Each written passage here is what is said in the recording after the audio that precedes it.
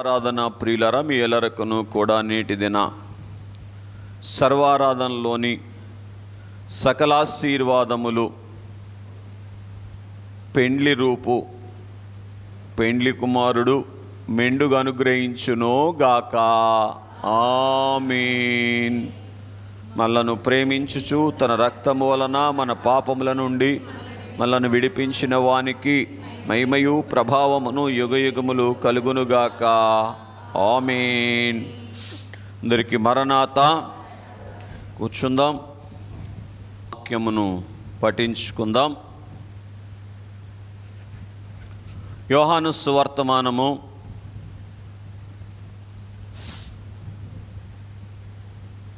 6వ అధ్యాయము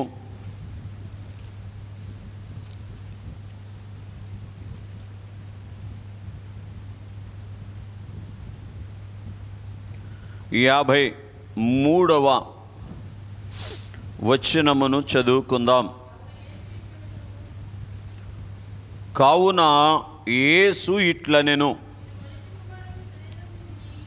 మీరు మనుష్య కుమారుని శరీరము తిని ఆయన రక్తము త్రాగితేనే గాని మీలో మీరు జీవము గలవారు కారు.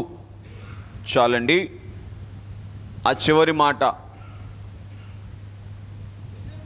మీలో మీరు జీవము గలవారు కారు అనే మాటను మనం చూస్తూ ఉన్నాం. ప్రియులరా, యేసుక్రీస్తు ప్రభువారి యొక్క శరీరము, ఆయన యొక్క రక్తము ఏ అనుభవములోనికి తీసుకొని వస్తుంది అని అంటే, పుచ్చుకున్నవారు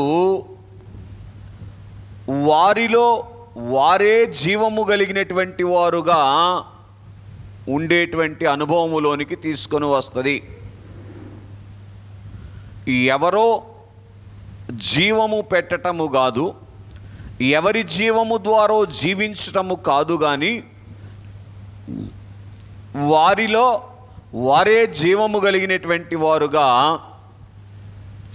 ఉండేటువంటి అనుభవములోనికి తీసుకొని వస్తుంది. బాగా వినండి, వారిలో వారే జీవము కలిగినటువంటి వారుగా ఉండగలిగితే తప్ప జీవాధిపతి అయినటువంటి దేవుని మీద తప్ప మరి ఎవరి మీదనూ ఆధారపడనటువంటి స్థితిలోనికి వెళ్ళటం అనేటువంటిది సాధ్యపడదు.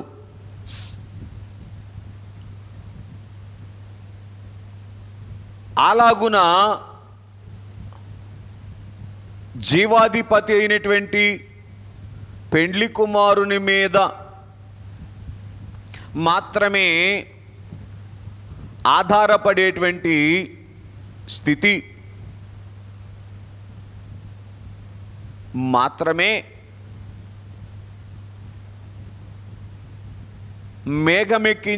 మేఘమెక్కేటువంటి భాగ్యములోనికి నడిపిస్తుంది. ఎవరి మీదైనా దేని మీదైనా చెప్పగలరా? ఎవరి మీదైనా దేని మీదైనా రెప్పపాటు సమయము ఆధారపడేటువంటి పరిస్థితి వస్తే ఈ జీవము కాస్త నిర్జీవములోనికి వెళ్ళిపోయేటువంటి పరిస్థితి వచ్చి వేస్తుంది. కాబట్టి మనలో మనమే జీవము కలిగిన వారముగా ఉండుట కొరకు ఆయన ఏం చేశారంటే, జనకులు రాసినట్లుగా జీవమును, ఆయన జీవమును మన జీవము కొరకు ధారపోశారు. ఆయన ధారపోసినటువంటి జీవమును మనం అందుకుంటే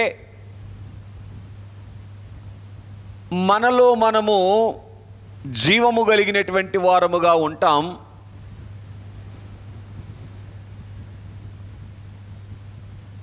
నిత్యము జీవించేటువంటి మహిమ మోక్ష భాగ్యమును సంపాదించుకోవటం అనేటువంటిది సాధ్యపడుతుంది. కాబట్టి ఈ రీతిగా ఆయన శరీరము తిని ఆయన రక్తము తాగేటువంటి అనుభవములోనికి వచ్చుట కొరకు ఏం కావాలి అంటే, అపోస్తలుడైనటువంటి పౌలు గారు కొరింథీయులకు రాసినటువంటి 2వ పత్రిక 11వ అధ్యాయములో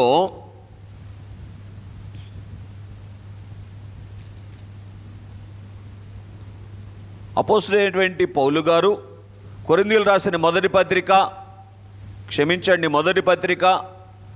11వ అధ్యాయములో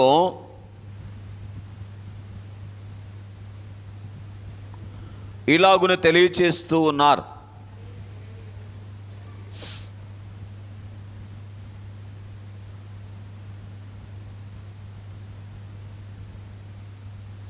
ఇరవై 7వ వచనం, ఎవడు అయోగ్యముగా ప్రభువు యొక్క రొట్టెను తినునో లేక ఆయన పాత్రలోనిది త్రాగునో వాడు ప్రభువు యొక్క శరీరమును గూర్చియు రక్తమును గూర్చియు అపరాధీయగును. చాలు. కాబట్టి ఈ అపరాధి అయ్యేటువంటి స్థితిలో నుంచి విడిపించుట కొరకు ప్రభు ఏం చేస్తూ ఉన్నారంటే, నిరంతరము తండ్రి తన ఎముకలలోనికి ప్రయోగించినటువంటి అగ్ని చేత దహించి వేయబడుతూ మన ఎముకలలో ఉన్నటువంటి అపవాది యొక్క నైజమును కాల్చివేస్తూ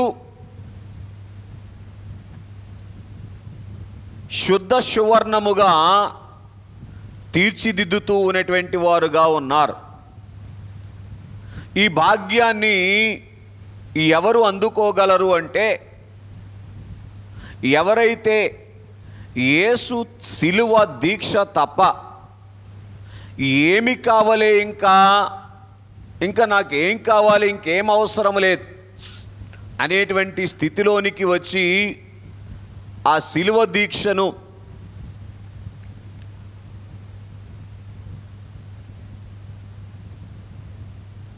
పాటిస్తూ ఆ శిలువను దీక్షతో చూసేటువంటి అనుభవములోనికి రాగలుగుతారో వారు మాత్రమే ఏం చేయగలుగుతారు చెప్పండి. ఇప్పుడు వారిలో వారు జీవము కలిగి ఉండేటువంటి రీతిగా ప్రభు యొక్క శరీరమును ప్రభు యొక్క రక్తమును అందుకునేటువంటి అనుభవములోనికి వస్తారు. లేని ఎడల రొట్టెయు ద్రాక్షారసము మాత్రమే పుచ్చుకునేటువంటి బలహీనతలోనికి వెళ్ళేటువంటి ప్రమాదం ఉంటుంది అని మనము గ్రహించాలి. కాబట్టి ఈ అనుభవములోనికి మనను తెచ్చుట కొరకు, దేని కొరకు? ఏ అనుభవములోనికి? ఒకటి, ఆయన శరీర రక్తములు యోగ్యముగా అందుకునేటువంటి అనుభవములోనికి. రెండవది, తద్వారా మనలో మనము జీవము కలిగినటువంటి వారముగా ఉండేటువంటి స్థితిలోనికి తీసుకొని రావటానికి నిరంతరము పెండ్లి కుమారుడైనటువంటి ప్రభువు ఏం చేస్తూ ఉన్నారు అంటే, యజ్ఞం చేస్తూ ఉన్నటువంటి వారుగా ఉన్నారు. ఒక పెళ్లి కుమారుడు పెళ్లి కుమార్తెను సంపాదించుకోవటానికి ఎలాగైతే ప్రయాసపడతారో అలాగున పదము తప్పినటువంటి ఈ సంఘమును పాడతారా? పదము తప్పిన సంఘ వధువును వేదుక మోక్ష పదమైవి నావు.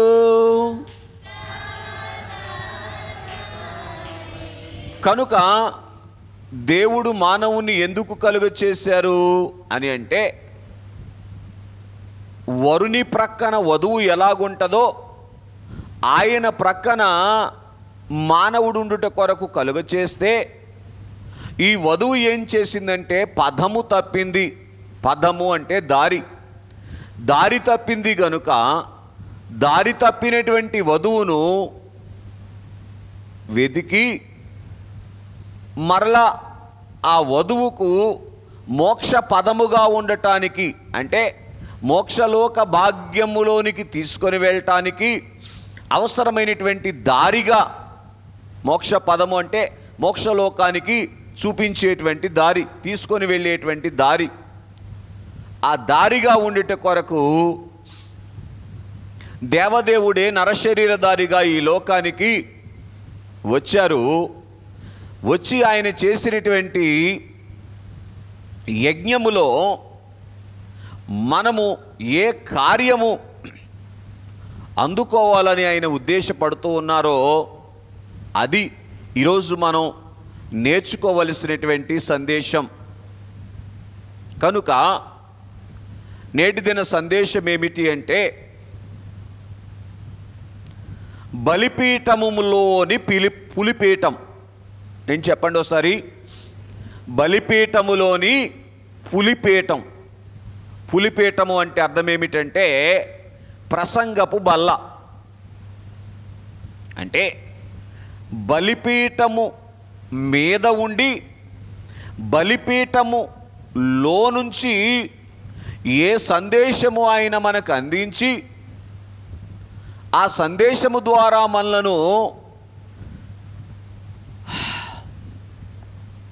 మనలో మనమే జీవము కలిగినటువంటి వారముగా ఉండేటువంటి స్థితిలోనికి తీసుకొని వెళ్ళాలని ఉద్దేశపడుతూ ఉన్నారో దానిని అందుకొనుట కొరకే బహిరంగానికి బలిపీఠం మీద ఉన్నారు, పూర్తి చేయండి. అంతరంగానికి పులిపీఠం మీద ఉండి he was giving the revelations to the personalities who is looking over the cross.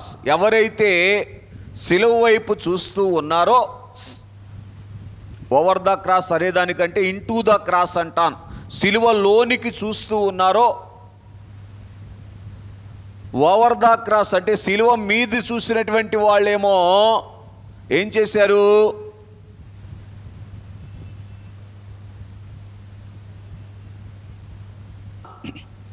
సిలువ మీది సంగతి చూసేవారు ఏం చేశారు అంటే ఆయన్ను చూసి జాలిపడి ఏడ్చారు. ప్రియులరా, అందుకే ప్రభు అన్నారు, యెరూషలేము కుమార్తెలారా నన్ను చూసి ఏడవకండి, మీ కొరకు మీ పిల్లల కొరకు ఏడవండి అని తెలియచేశారు. కనుక స్నేహితులారా గమనించండి, అందుకే ఈ సిలువలోని పులిపీఠము వైపు, సిలువలో నుంచి సిలువనాథుడు అంటే సిలువలో ఉన్నటువంటి పెండ్లి కుమారుని యొక్క ఎముకలలో నుండి దహించి వేయబడుచున్నటువంటి అగ్ని ద్వారా ఆయన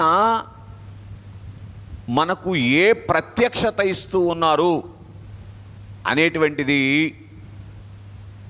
గత కొద్ది దినాలుగా మనం నేర్చుకుంటూనే ఉన్నాం. మరికొన్ని ప్రత్యక్షతలను ఈరోజు క్లుప్తంగా మీ ముందు పెట్టాలి. మొట్టమొదటి సంగతి,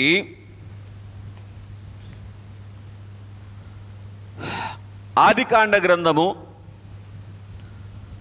1వ అధ్యాయము 1వ వచనాన్ని చదువుకుందాం. ఆదియందు దేవుడు భూమి ఆకాశములను సృజించెను.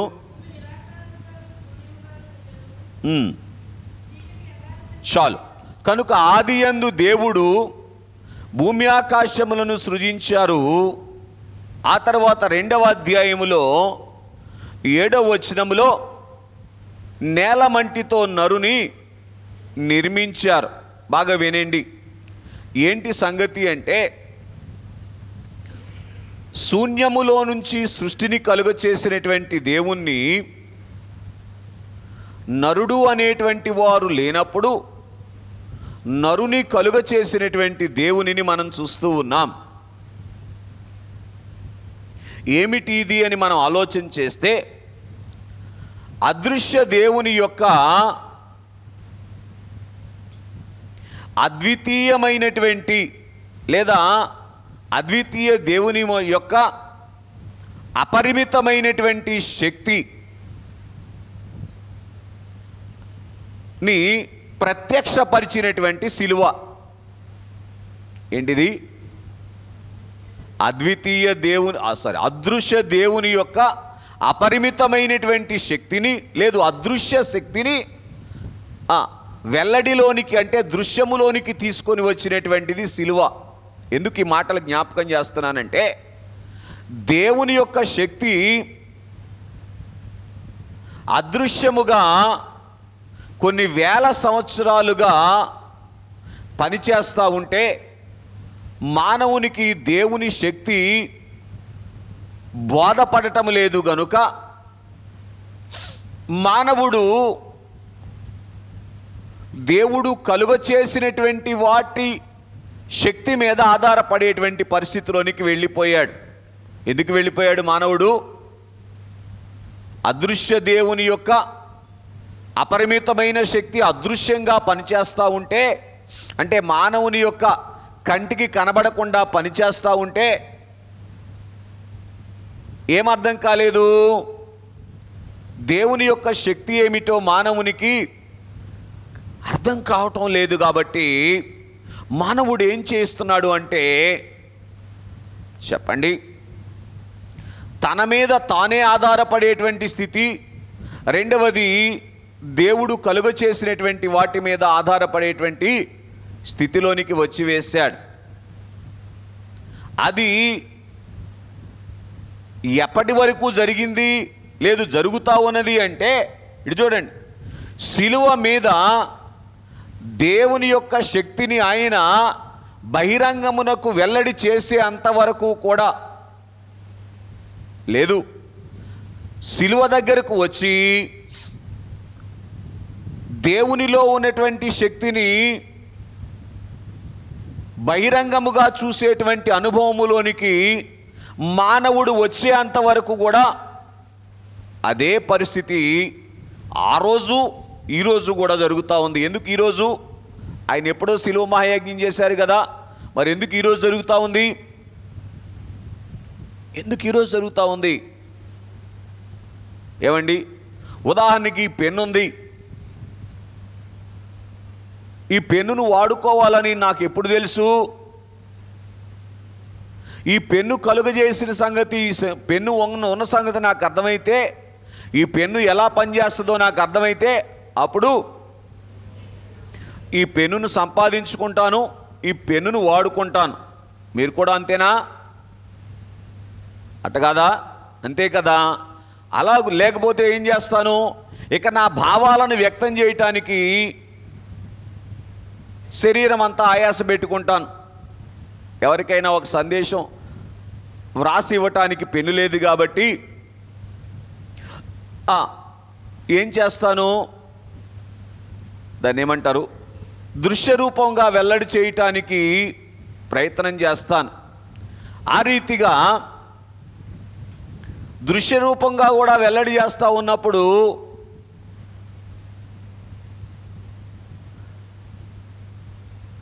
కన్నులుండి చూడలేనటువంటి స్థితిలోనికి మానవుడు వెళ్ళిపోయినప్పుడు ఏమండి ప్లరా, ఇక అదృశ్యుడైనటువంటి దేవుని యొక్క శక్తి వెల్లడి కావటం లేదు. కాబట్టి అంటే మనోనేత్రాలు ఏదేని తోటలో ఏం చేయబడ్డాయి?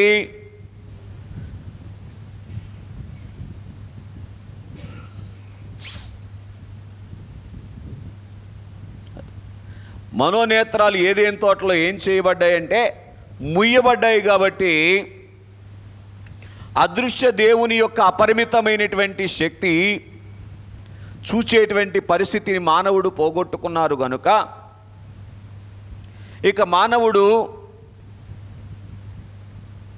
అక్కడేమో ప్రత్యక్షముగా అపవాది మీద ఆధారపడ్డాడు. ఇక తర్వాత ఆ రోజు నుంచి ఈ రోజు వరకు పరోక్షముగా అపవాది మీదను, లోకము మీదను, శరీరము మీద, అంటే తన మీద తాను కూడా ఆధారపడేటువంటి పరిస్థితిలోనికి వెళ్ళిపోయినటువంటి వాడుగా ఉన్నాడు గనుక మానవుడు తనలో తానే జీవము కలిగినటువంటి వాడుగా ఉండలేకపోతూ ఉన్నాడు. కాబట్టి ఏం ఎక్కువైపోయిందంటే ఆరాటం ఎక్కువైపోయింది, పోరాటం తగ్గిపోయింది. ఏం ఎక్కువైపోయింది? రైట్. ఏం ఆరాటం ఎక్కువైపోయింది? నన్ను నేనే పోషించుకోవాలి అనేటువంటి ఆరాటం ఎక్కువైపోయింది. ఏం పోరాటం తగ్గిపోయింది?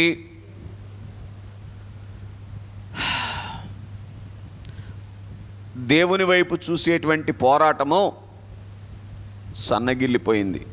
కాబట్టే ఇప్పుడు ప్రభు ఏం చేశారంటే బలిపీఠం మీద ఉండి, ఏ బలిపీఠం మీద? శిలువ బలిపీఠం మీద ఉండి ఆ బలిపీఠమును పులిపీఠముగా ఏర్పాటు చేసుకొని ఏం చేస్తూ ఉన్నారంటే అదృశ్య దేవుని యొక్క అపరిమితమైనటువంటి శక్తిని దృశ్యమైనటువంటి స్థితిలోనికి తీసుకొని వచ్చారు. కాబట్టి ఏంటి ఆయన యొక్క అపరిమితమైనటువంటి శక్తి సిలువలో ఎలాగు వెల్లడైంది అని మనం చూడగలిగితే, అపోస్తుడైనటువంటి పౌలు కొరింథీయులకు రాసినటువంటి 2వ పత్రిక 5వ అధ్యాయము 17వ వచనాన్ని చదువుకుందాం. కొరింథీయులకు రాసిన 2వ పత్రిక 5వ అధ్యాయం 17వ వచనం. కాగా ఎవడైనను క్రీస్తునందున్న ఎడల వాడు నూతన సృష్టి. చాలు. ఎంతవరకు మనకు అవసరమో దాన్ని పట్టుకోవటం లేదంటే సందేశం మీద లగ్నం లేదని అర్థమవుతుందా? మనసు యేసుని కథపై మలిపి యోచించిన అప్పుడు మహిమ కనబడుతుంది. లేకపోతే కలిపి చెరిపేవాడి యొక్క చేతిలో మోసపోయేటువంటి ప్రమాదం ఉంటుంది. ఎవడు కలిపి చెరిపేవాడు? చెప్పునానా, రాత్రి విన్నట్టున్నారు. అపవాది. సాక్షాత్తు యేసు ప్రభువారినే కలిపి చెరపాలని చూశాడు. మత్తయి సువార్త 4వ అధ్యాయంలో ఏ వాక్యము ఎందుకొరకు వ్రాయించారో, ఏ ఉద్దేశముతో వ్రాయించారో ఆ ఉద్దేశమును లోనుంచి బయటికి తీసుకొని వెళ్ళటానికి ప్రయత్నం చేశాడా, చేయలేదా? కనుక అందుకే మనసు యేసుని కథపై మలిపేటువంటి అనుభవములోనికి రావాలి. సరే, కాబట్టి ఈ శిలువ పులిపీఠం మీద నుంచి, లేదు బలిపీఠములో ఉన్నటువంటి పులిపీఠములో నుంచి ప్రభు ఏం వెల్లడి చేస్తున్నాడంటే నూతన సృష్టిని బయలుపరిచారు. ఒకప్పుడు ఎవరైనా సమస్తము శూన్యముగా ఉన్నప్పుడు, చెప్పునానా, సృష్టిని కలుగు చేసినటువంటి ఆయన, నేను ఇంత స్థితి గలవాడను. ఎంత స్థితి గలవాళ్ళను? సమస్తము శూన్యముగా ఉన్నప్పుడు సమస్తమును కలుగు చేయగలిగినటువంటి శక్తి గలవాడను అనేటువంటి సంగతి మానవులు మరిచిపోయారు. కనుక ఇప్పుడు సిలువ దగ్గర ఏం వెల్లడి చేస్తూ ఉన్నారు? సమస్తము శూన్యమైపోయింది. సిలువ దగ్గరికి వచ్చేవరకే ఏంటి శూన్యమైపోయిందంటే ఇక నూతన సృష్టి అనేటువంటిది లేదు, అంతా పాతదైపోయింది. మానవుడు ఏ పురుషుడుగా లేడు? నూతన పురుషుడుగా లేడు. కనుక ఈ నూతన పురుషుడు అనేటువంటి వాడు ఒక్కడూ లేనటువంటి స్థితిలో, ఇంకొక మాట, నూతన పురుషుడు అనేటువంటి వాడు కనబడేటువంటి పరిస్థితే లేనటువంటి కాలం ఆ కాలం. కనుక ఆ కాలమా ఈ కాలం కూడానా? ఎందుకు ఈ కాలం కూడా అంటున్నానంటే అందరూ నూతన పురుషులుగా ఉండాలి అనేది దేవుని ఉద్దేశమా? కొందరే నూతన పురుషులుగా ఉండాలి అనేటువంటి దేవుని ఉద్దేశమా? ఎందుకు నూతన పురుషుడు అంటే అర్థం ఏంటి చెప్పాలి? తలకు రంగేసుకోవటం నూతన పురుషుడు అంటే? చెప్పండి, నూతన పురుషుడు అంటే అర్థం ఏంటి? ఇటు చూడండి, దేవుడు మానవుణ్ణి కలుగ చేసినప్పుడు మానవుడు ఎలాగున్నాడో అలాగున ఎన్ని వేల సంవత్సరాలైనా ఉండటమే నూతన పురుషుడిగా ఉన్నటువంటి స్థితి. అవునా? అను. కాబట్టి స్నేహితులారా గమనించండి, ఆ స్థితిలో ఉన్నవారు ఒక్కరూ లేరంటే నూతన పురుషుడు కనబడేటువంటి స్థితి భూలోకంలో ఎట్లాగుంది? శూన్యంగా ఉంది.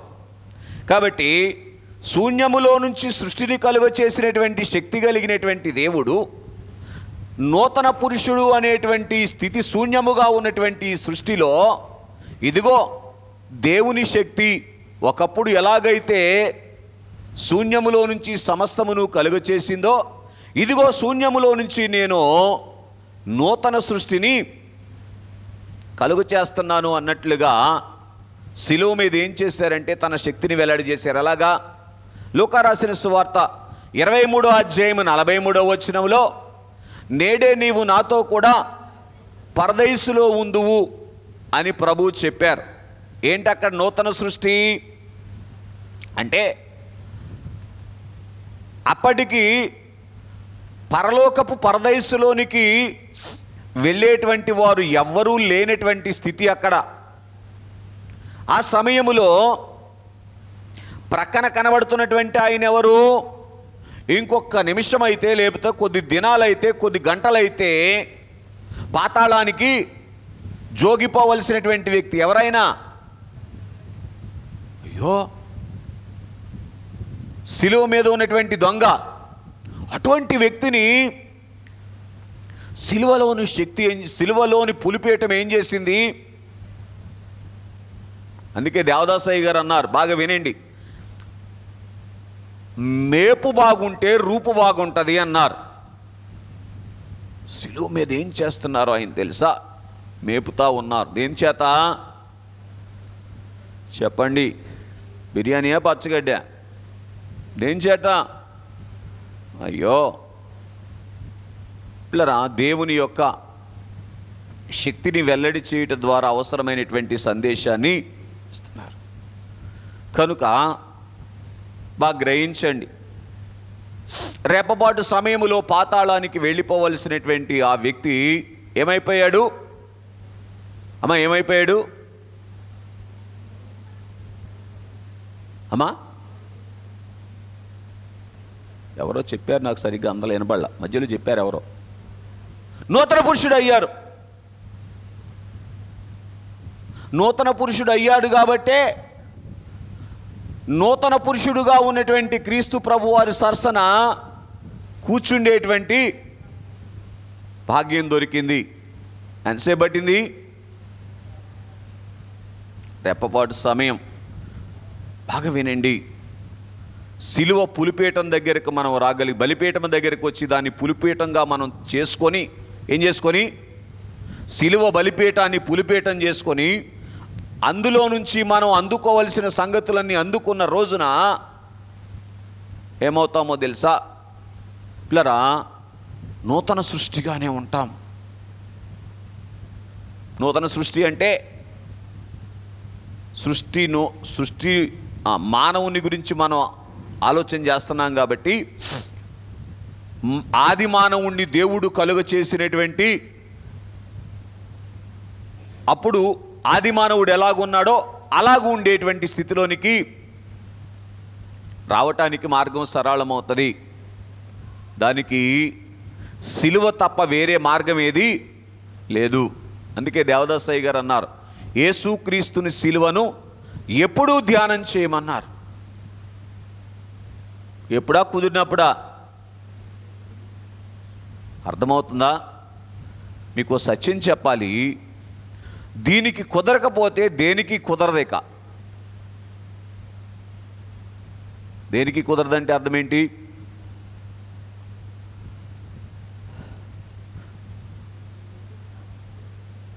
అండి? ఈ లోక సంబంధమైన మాటలు మనకొద్దు. దీనికి కుదరకపోతే కుదరాల్సిన దానికి కుదరదు. ఏంటి కుదరాల్సింది?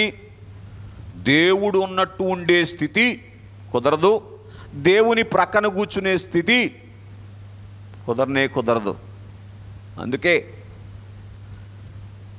శిలువ ధ్యానానికి ఆటంకాలు కల్పించటానికి అపవాది ముందుంటాడు.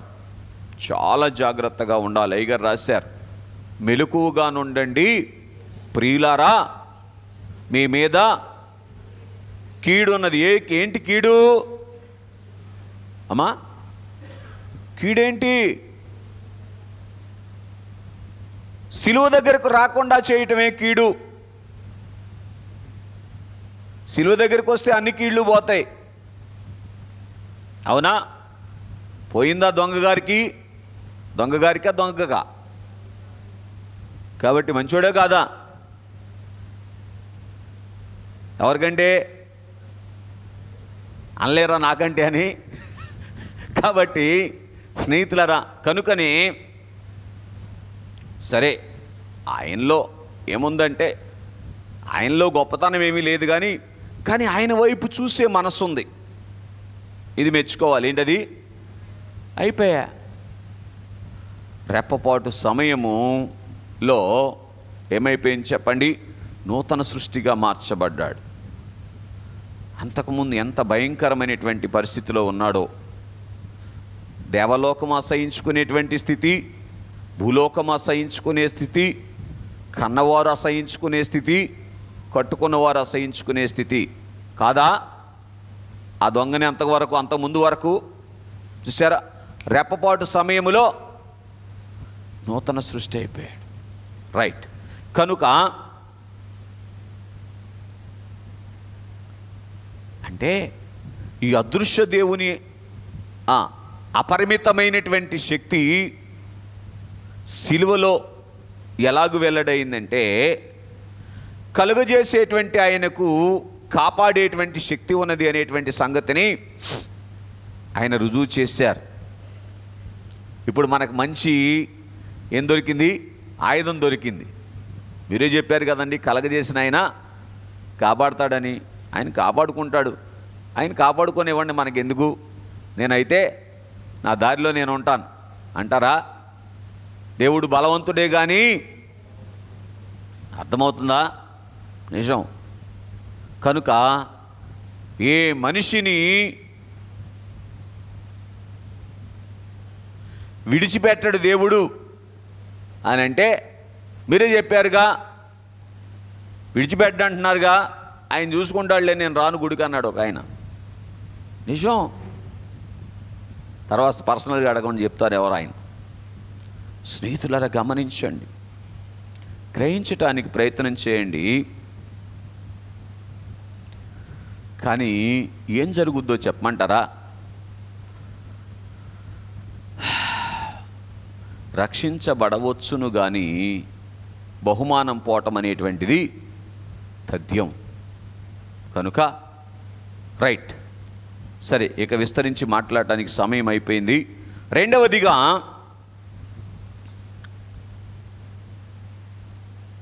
అదృశ్య దేవుని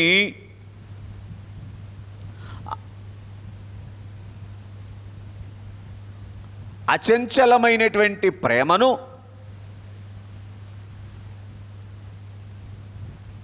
వెల్లడి చేసినటువంటి పులిపీఠం ఏంటది? అదృశ్య దేవుని ఏ ప్రేమను? అచంచలమైనటువంటి ప్రేమ. అంటే అర్థం ఏమిటంటే శాశ్వతమైనటువంటి ప్రేమ. ఇటు చూడండి, మానవుడు ఏ స్థితిలో ఉన్నాడో అనేటువంటి దాని మీద దేవుడు మానవుణ్ణి ప్రేమించే విధానం ఆధారపడి ఉండదు. ఆయన ఏ స్థితిలో ఉన్న మానవునైనా ప్రేమిస్తూనే ఉంటారు. ఏ స్థితిలో అంటే అర్థం ఏంటంటే, ఆయన్ను దూషించే మానవులైనా ద్వేషించే మానవులైనా ప్రేమిస్తూనే ఉంటారు. ఇదే అచంచలమైనటువంటి ప్రేమ.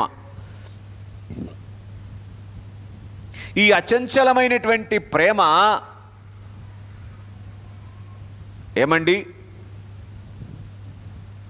దేవునిలో ఉన్నటువంటి ఈ ప్రేమ మానవులకు అర్థం కాకపోవటాన్ని బట్టి చంచలమైనటువంటి ప్రేమలోనికి వెళ్ళిపోతూ ఉన్నారు. చంచలమైనటువంటి ప్రేమ అంటే పెళ్ళయిందాక ఒక ప్రేమ, సరే నీకెద్దు, అర్థమైంది మీకు. కాబట్టి ఆదికాండ గ్రంథం యోహాను సువార్త 3వ అధ్యాయం 16వ వచనంలో రాయబడినటువంటి మాట, దేవుడు లోకమును ఎంతో ప్రేమించెను. బాగా వినండి, కలుగజేసినప్పుడు ఎంత ప్రేమించారో ఏమండి ఈరోజు వరకు అంతే ప్రేమిస్తూ ఉన్నారు. కారణం ఏంటంటే ఆయన ప్రేమ అచంచలమైనటువంటిది. ఈ అదృశ్య దేవునిలో ఉన్నటువంటి అచంచలమైనటువంటి ప్రేమ మానవులకు బోధపాఠం లేదు గనుక చంచలమైనటువంటి ప్రేమ వశములోనికి మానవులు వెళ్ళిపోతూ ఉన్నారు. అంటే దేవుడిచ్చినటువంటి వారిని దేవుడిచ్చినటువంటి వాటిని దేవుని కన్నా ఎక్కువగా ప్రేమించేటువంటి స్థితిలోనికి మానవులు వెళ్ళిపోతూ ఉన్నారు. కనుక దేవుని ప్రేమ ఎంత అచంచలమైందో ఇంకొక మాట చదవాలి. హోషేయ గ్రంథం 3వ అధ్యాయం 1వ వచనం. ఈ మాట అందరు తీయండి, ఫాస్ట్గా చదవండి. హోషేయ గ్రంథం 3:1. మరియు యెహోవా నాకు సెలవిచ్చినదేమనగా, ఇశ్రాయేలీలు ద్రాక్ష పండ్లాడలను కోరి, చదవండి, సృష్టిని పూజిస్తూ ఉన్నప్పటికీ కూడా యెహోవా వారిని ప్రేమిస్తూ ఉన్నాడు. చూసారా, ఏంటది? దేవుని ప్రేమ. అర్థమవుతుందండి. ఈ దేవుని ప్రేమ అదృశ్యమైనటువంటిదిగా వెంబడిస్తూ ఉంది కనుకనే మానవులైనటువంటి వారు దేవుని ప్రేమను గ్రహించలేకపోతూ ఉన్నారు. గనుక శిలువ పులిపీఠం మీద లేదా బలిపీఠములో ఉన్నటువంటి పులిపీఠం మీద నుంచి అదృశ్య దేవుని పూర్తి చేయండి, అచంచలమైనటువంటి ప్రేమను దేవుడు వెల్లడి చేశారు. ఇప్పుడు చదవండి, లూకా రాసిన సువార్త 23వ అధ్యాయం 34వ వచనం. ఇది కూడా బైబిల్ తీసి చదువుతారా? తండ్రి, వీరేమి చేయుచున్నారో వీరెరుగరు గనుక వీరిని క్షమించండి. ఆ ఒక్క మాటలోనే కాదండి, శిలువ మీద ప్రభు పలికినటువంటి 7 మాటల్లో కూడా ఏమన్నదో తెలుసా? ప్రేమ. అర్థమవుతుందండి. ఏ ప్రేమ? ఎందుకు అచంచలమైన ప్రేమ అంటున్నానంటే, దేవునికి అచంచలమైనటువంటి ప్రేమ ఉన్నది అనేటువంటిది శిలువ మీద ఎలాగూ వెల్లడి చేశారంటే, ఆయనను శిలువ వేసేవారిని ప్రేమించారు, ఆయనను దూషించే వారిని ప్రేమిస్తూ ఉన్నారు, ఆయనను ద్వేషించే వారిని ప్రేమిస్తూ ఉన్నారు. ఏమండి, ఆయనను నిందించే వారిని కూడా ప్రేమిస్తున్నారా? ప్రేమిస్తానే ఉన్నారా? ఈరోజు కూడా ప్రేమిస్తానే ఉన్నారు. కాబట్టే దేవుడు దీవించుట, మానవుడు జీవించుట జరుగుతూ ఉంది. కనుక స్నేహితులారా గమనించండి. కనుక ఈ సంగతిని వెల్లడి చేయటానికి బలిపీఠాన్ని ప్రభువు పులిపోటంగా ఏర్పాటు చేసుకున్నారు. అక్కడే అదృశ్య దేవుని యొక్క అపరిమితమైనటువంటి ప్రేమ వెల్లడైంది గనుక అనేకులైనటువంటి వారు ఆయన ప్రేమలో పడ్డారు, లేదా ఆయన ప్రేమను బట్టి ఆయన వైపు తిరిగిన వారుగా ఉన్నారు. రహస్య శిష్యుడుగా ఉన్నటువంటి ఆయనేమో బహిరంగ శిష్యుడయ్యాడు. పాపములో ఉన్న ఆయనేమో పశ్చాత్తాపడ్డాడు. ఎవరైనా చెప్పునానా? పేతురు, మత్తయి సువార్త 26:75. కాబట్టి శతాధిపతి ఏమో నిజముగా ఈయన దేవుని కుమారుడని సాక్ష్యమిచ్చాడు. ఈ రీతిగా స్నేహితులరా ఆయన అపరిమితమైనటువంటి లేదా అచంచలమైనటువంటి ప్రేమను చూసినటువంటి వారు ఈయన కాక మరెవరు దేవుడు అనేటువంటి సంగతిని గ్రహించి ఆ పులిపీఠం మీద నుంచి ఆయన ఇస్తూ ఉన్నటువంటి సందేశము ద్వారా, ఏ పులిపీఠం అది?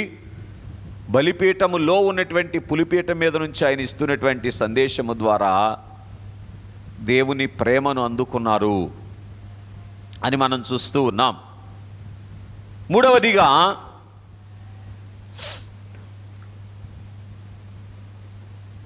అదృశ్య దేవుని యొక్క అపరిమితమైనటువంటి సహింపును వెల్లడిలోనికి తీసుకొని వచ్చింది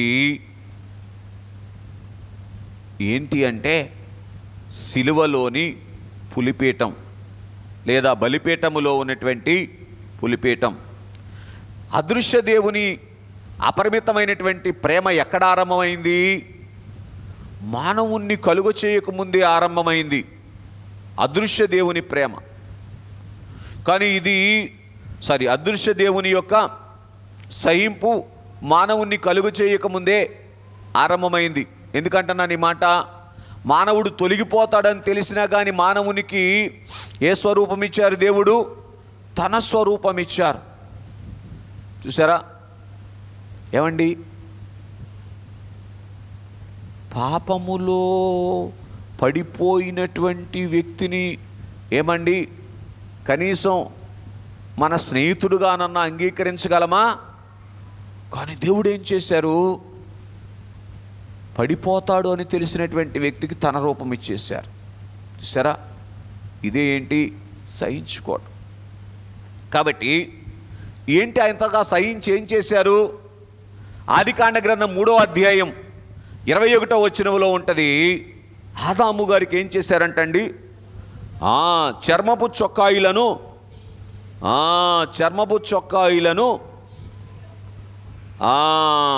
తొడిగించారు. ఏ చొక్కాయిలు? చర్మపు చొక్కాయిలు. బాగా వినండి. ఎక్కడి నుంచి వచ్చింది చర్మపు చొక్కా అంటే? పాపము ఆరంభమైనటువంటి మరుక్షణమే ఏమండి వధ ఆరంభమైంది. ఏమారంభమైంది? వధ. కనుక చర్మపు చొక్కాయి ఆయనకు ఆదాము గారికి తొడిగించటానికి వధించబడిన వారు ఎవరంటే దేవుని గొర్రెపిల్ల. చూడే ఎంత సహింపు, ఆలోచించేయండి. అంతకుముందే చెప్పాల్సినవన్నీ చెప్పేశారు. చెప్పారే చెప్పలేదా? ఇది తిను, ఇది తినవద్దు. అయినప్పటికీ కూడా నువ్వు చెప్తే నేను వినాలా అన్నట్లుగా ఏం చేశాడు ఆదాము గారు? చేయకూడనటువంటి పని చేసేసాడు. చేయకూడనటువంటి పని చేసేస్తే నాన్న చూడండి, ఫోన్లే అంటాం తేలికే, అవునా కాదా? దాన్ని కవర్ చేయటానికి తన ప్రాణం తీసుకొని ఆ చొక్కాయి, ఆ చర్మాన్ని చొక్కాయిగా కప్పాలంటే ఏం కావాలి చెప్పు ఒకసారి?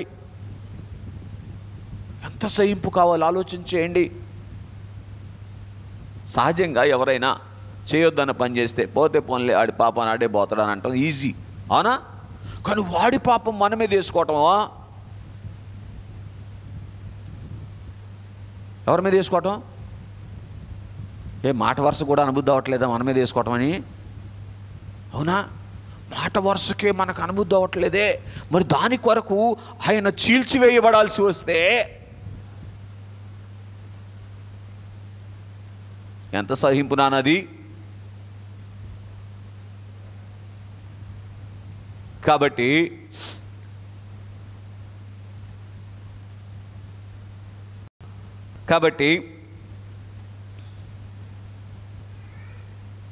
ఇలాగున అదృశ్యముగా ఆయన సహించుకున్నాడు. ఈ అదృశ్యంగా ఆయన సహించుకున్నాడు కాబట్టి ఏం కాలేదు మానవాళికి? చెప్పునానా? ఆయన సహింపేంటో అర్థం కాల. కాబట్టి ఇప్పుడు సిలువ పులిపీఠం మీదకి వచ్చి ఆయన సహింపేంటో వెల్లడి చేశారు. ఎవరు సహింపు? అదృశ్య దేవుని అపరిమితమైనటువంటి సహింపుని వెల్లడి చేశారు. ఏమండి? ఎందుకో ఎవరైనా ఒక పెళ్లి కూతురు పెళ్లి చేసుకోవాలనుకుందనుకోండి, సహించుకునేవాడిని చేసుకోవాలనుకుంటుందా, లేకపోతే రియాక్షన్ ఇచ్చేవాళ్ళని ఏమంటారు, రియాక్షన్కి ఏమంటారు, దానికి ప్రతీకారం తీర్చుకునే వాళ్ళని పెళ్లి చేసుకోవాలనుకుంటుందా? అనుకోవట్లేదు చేసుకోవాలని. ఆలోచనలే లేవంటండి. మనం మంచి రెస్ట్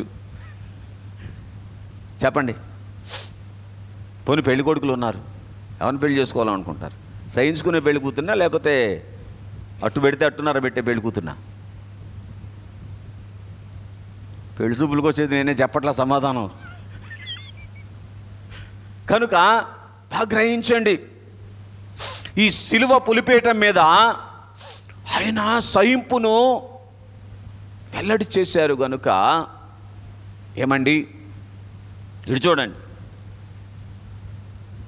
ఆయనను సంపాదించుకోవటానికి ఎంత సహింపు కావాలో అంత సహింపును ఆ సిలువ పులిపేటం వద్దకు వచ్చినటువంటి వారు అందుకున్నారు. అదే ఆయన పులిపేటంలో చేసినటువంటి బోధ. రోమీయులకు రాసిన పత్రిక 8:18 ఏమని ఉంటుంది? ఎప్పటి కాలపు శ్రమలో రేపటి దినమందు నేను పొందబో ఎదుట అంతే ఎన్న తగినవి కాదు. చూసారా? రైట్. కాబట్టి కొరింథీయులకు రాసిన 2వ పత్రిక 5వ అధ్యాయము 21వ వచనం. ఇక దానికి రెఫరెన్స్గా మీరు చూస్తే ఏంటి, ఎంత సహించుకున్నారైనా పాపమే ఎరిగినటువంటి ఆయన పాపముగా చేయబడినటువంటి వారుగా ఉన్నారని మనం చూస్తున్నాం. ఇక మిగిలిన విషయాలన్నీ మీరు అన్వయించుకోండి. 4వదిగా మరణ స్వరూపుని మహిమ స్వరూపునిగా చేసినటువంటిది సిలువ పులిపీఠం. ఏ స్వరూపుని అంట? మరణ స్వరూపము కలిగినటువంటి వానిని మహిమ స్వరూపునిగా మార్చివేసినటువంటిది సిలువ పులిపీఠం. కొరింథీయులకు రాసినటువంటి మొదటి పత్రిక 15వ అధ్యాయం 22వ వచనములో ఉన్నటువంటి మొదటి భాగములో ఉంటుంది, ఆదామును బట్టి అందరికీ మరణం వచ్చింది, ఇది మరణ స్వరూపం. అలాగే సిలువను బట్టి ఏమొచ్చింది? అందరూ బ్రతికించబడేటువంటి స్థితి వచ్చింది. 2వ భాగములో ఉంటుంది ఆ మాట. అంతకన్నా మహిమ స్వరూపం ఏంటి? అదే పత్రికలో 15వ అధ్యాయంలోనే 52వ వచనంలో ఉంటుంది, ఈ క్షయమైనది అక్షయతను ధరించుకునేటువంటి భాగ్యము దేని బట్టి కలిగింది? సిలువను బట్టి. అంటే చూడండి, మట్టిలోనికి వెళ్ళవలసినటువంటి ఈ మట్టి మహిమగా మార్చబడి మహిమలోకానికి చేరేటువంటి భాగ్యము సిలువలోని పులిపీఠమును బట్టి కలిగింది. ఎలాదంటారా?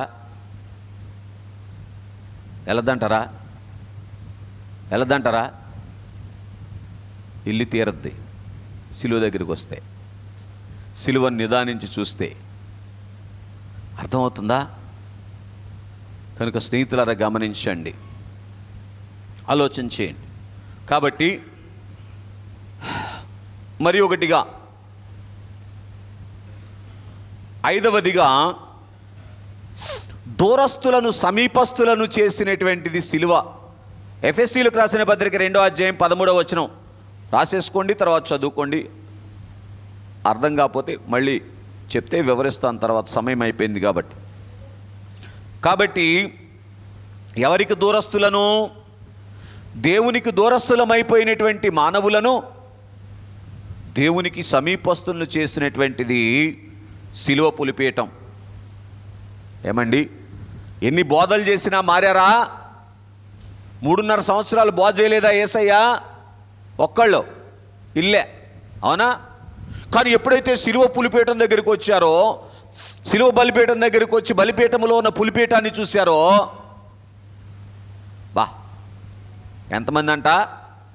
యోహాను గారు క్రీస్తు శకం 90వ సంవత్సరంలో చూసినప్పటికే పూర్తి చేయండి, 144,000 మంది ఇశ్రాయేలీల్లో నుంచే వెళ్ళి కూర్చున్నారంట. ఇక ఆ తర్వాత ప్రతి వంశములో నుండి, ప్రతి జనములో నుండి ఆయా భాషలు మాట్లాడు వారిలో నుండి. ప్రకటన గ్రంథంలో ఉంటుంది, ఆ రిఫరెన్స్ చూసేసుకోండి. ఏమండి, లెక్కకు విస్తారమైనటువంటి ప్రజలు వెళ్ళి పరలోకంలో కూర్చున్నారంట. సరే, మరణ స్వరూపులు ఏమయ్యారు? మహిమ స్వరూపులయ్యారు. దేవునికి మహిమ కలుగునుగాక. అందుకే అయ్యగారు ఏమని పాడారు? మరణము కాది బాధ, మార్గము వీడి చనిపోవా.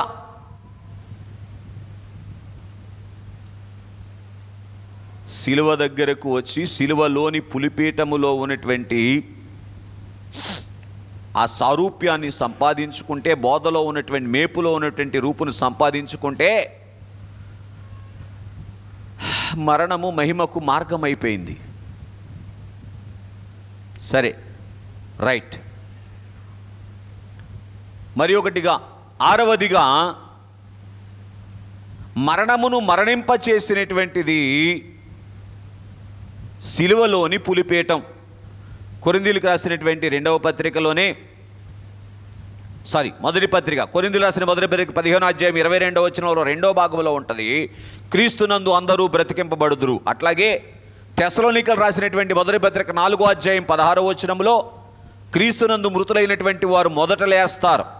ప్రకటన గ్రంథం 21వ అధ్యాయం 4వ వచనంలో తీస్తే సాయం చేయండి. ప్రకటన 21:4 త్వరగా. ప్రకటన 21:4 అదే చదవండి. మరణము ఇక ఉండదు, అది కావాలి నాకు. కాబట్టి స్నేహితులారా గమనించండి, మరణమును మరణింప చేసినటువంటి పులిపీఠం ఏదంటే శిలువ బలిపీఠం.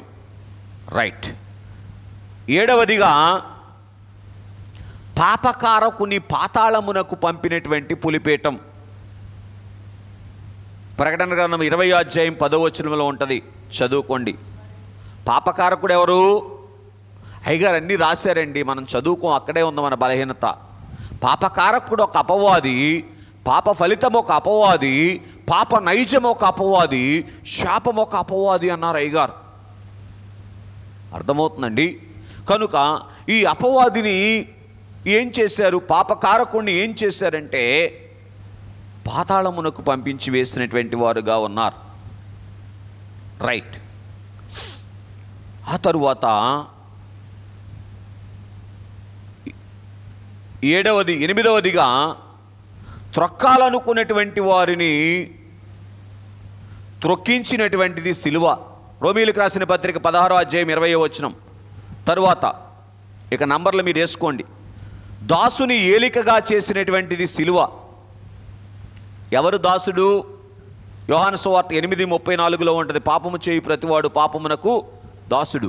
రోమాపత్రిక 7వ అధ్యాయం 19వ వచనంలో ఉన్నది ఏమండి? శరీర అవయవములు పాప నియమానికి దాసులైపోయాయి. కనుక ఈ పరిస్థితిలోనికి వెళ్ళినటువంటి వారిని ఏలికలుగా మార్చివేసినటువంటిది శిలువ పులిపీఠం. కొరింథీయులకు రాసిన 2వ పత్రిక 12వ అధ్యాయం 2వ వచనం, ప్రకటన గ్రంథం 20వ అధ్యాయం 6వ వచనంలో ఉంటుంది, యుగయుగాలు రాజ్యము చేయుదురు. ఏంటంట? యుగయుగాలు రాజ్యం చేసేటువంటి అనుభవంలోనికి తీసుకొని వెళ్ళింది. మరొకటిగా, విధవను వధువును చేసినటువంటిది శిలువ. విధవ అంటే విడవబడినటువంటిది. ఆదికాండం 3వ అధ్యాయం 23వ వచనములో ఏదెన్ తోటలో నుంచి తోలివేయబడినటువంటి స్థితి విధవ స్థితి అయితే, వధువు స్థితి ఏంటి అంటే ప్రకటన గ్రంథం 21వ అధ్యాయం 9వ వచనం. ఈ పులిపీఠం ఏం చేసింది? వధువుగా ఆయన పక్కన కూర్చోబెట్టుకుంది. రైట్. దోషిని నిర్దోషినిగా చేసినటువంటిది శిలువ. ఎఫెసీ పత్రిక 1:6. తర్వాత అనీతిమంతుని నీతిమంతునిగా చేసినటువంటిది శిలువ. రోమాపత్రిక 3:11. అక్కడ ఏమని ఉంటుందంటే నీతిమంతుడు ఒక్కడు లేడని ఉంటుంది. రోమా 5:9లో ఉంటుంది, క్రీస్తు యేసునందున్నటువంటి వారు నీతిమంతులు అవుతున్నారు శిలువను బట్టి. రైట్. మరి ఒకటిగా, పెంటను పంటగా మార్చినటువంటిది శిలువ. ఏంటది? పెంటను పంటగా మార్చినటువంటిది. అయ్యో, ఏంటంటే సౌలు శిలువ దగ్గర రాకముందు ఎలా ఉన్నాడు కదా? ఎంత గొప్ప పంట అయ్యాడు. అవునా? తిమోతికి రాసిన 2వ పత్రిక 4వ అధ్యాయం 8వ వచనం ఉంటుంది, ఇదిగో ఇక మీదట నాకు నీతి కిరీటము ఉంచబడి ఉన్నది. కనుక ప్రకటన గ్రంథం 1వ అధ్యాయం 10వ వచనం, ప్రకటన 4వ అధ్యాయం 1వ వచనం ఏంటంటే, డొమిషియన్ చక్రవర్తి దృష్టిలో యోహాను గారు పెంటగా ఉన్నాడు కాబట్టి తీసుకొని వెళ్ళి పద్మాసు దీపంలో పడేశారు యోహాను గారిని. సిలువేం చేసింది? ప్రకటన గ్రంథం 4వ అధ్యాయం 1వ వచనంలో ఎక్కడికి ఎక్కిరా అని పంటలా కోసుకెళ్ళిపోయిందండి. కోసుకెళ్ళిపోతాడా? ఎవరిని? యోహాన్నా? మరి పాఠం మరి మనకెందుకు? యోహాన్ గారి దగ్గరికి వెళ్ళి చెప్పుకుందాం మరి. ఎట్లా యోహాన్ అని చెప్తున్నారు మీరు ఇంకా. సరే, చివరిగా సిలువ వేసిన వారిని సింహాసనం ఎక్కించినటువంటిది సిలువ, పులిపీఠం. ఏంటది? అందరు చెప్పండి నాన్న, మంచి మాట. సిలువ వేసిన వారిని సింహాసనం ఎక్కించింది. నేను మొఖాలు అట్టు పెట్టారు, వేయట్లేదు ఎవరిక్కడ సిలువ? ఎక్కుతారా? ఏదో ఒకరోజు ట్రై చేస్తారా? కనుక ఎక్కారు చాలామంది. ప్రకటన గ్రంథం 4వ అధ్యాయంలో 24 సింహాసనాల మీద ఉన్నవాళ్ళు ఎవరో? ఒకప్పుడు వేసిన వాళ్ళు కాదా ఏంటి? వేయలేదా? సిలువ వేయలేదా యేసయ్యని ఒకప్పుడు? అనుమానం వచ్చిందా? రానే సేపు చెప్పారేంటి? కాబట్టి ఎఫ్ఎస్సి పత్రిక ప్రకటన గ్రంథం 3:21. కాబట్టి కనుక సిలువ వేసినటువంటి వారిని సింహాసనం ఎక్కించేటువంటిది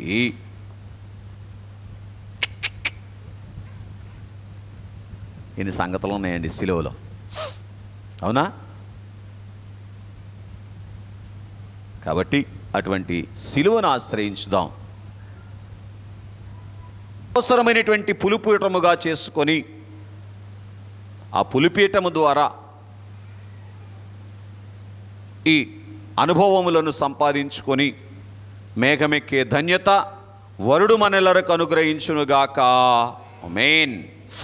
పరలోకమందున్న మా తండ్రి, నీ నామం పరిశుద్ధపరచబడునుగాక, నీ రాజ్యం వచ్చునుగాక, నీ చిత్తము పరలోకమందు నెరవేర్చున్నట్లు భూమి యందు నెరవేరునుగాక. దయచేయండి, మా ఇళ్ళ అపరాధం చేసిన వారిని మేము క్షమించిన ప్రకారం మా అపరాధములను క్షమించండి. మమ్మల్ని శోధనలోనికి తేక దృష్టి నుంచి తప్పించండి. రాజ్యము, శక్తి, మహిమ నిరంతరము నీవై ఉన్నావు తండ్రి. ఆమేన్.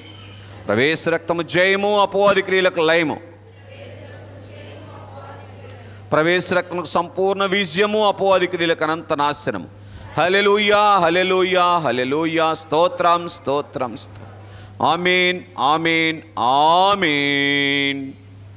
తండ్రి, కుమార, పరిశుద్ధాత్మ త్రైక దేవుని ఆశీర్వాదములు